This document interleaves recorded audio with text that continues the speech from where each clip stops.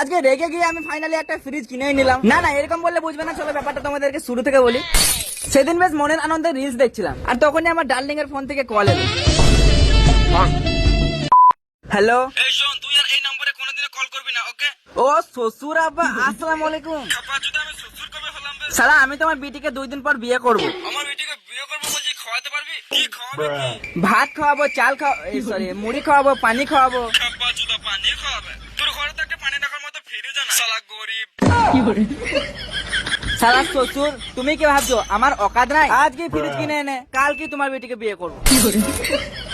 সবাই তারপর জামা প্যান্ট, হাত ঘড়ি, পা ঘড়ি, দিয়াল ঘড়ি সব লাগিয়ে বেরিয়ে পড়লাম। হ্যাঁ আজকে তো একটা ফ্রিজ কিনে ছাড়বো, আর সঙ্গে একটা ভাগ দিকে নিয়ে এনেছি ওই ফ্রিজটা পছন্দ করার জন্য। এই বড় শোরুমটাতে নেবো ফ্রিজ। আর এখানে শুধু ফ্রিজ না, আরো অনেক সুন্দর সুন্দর জিনিস ছিল।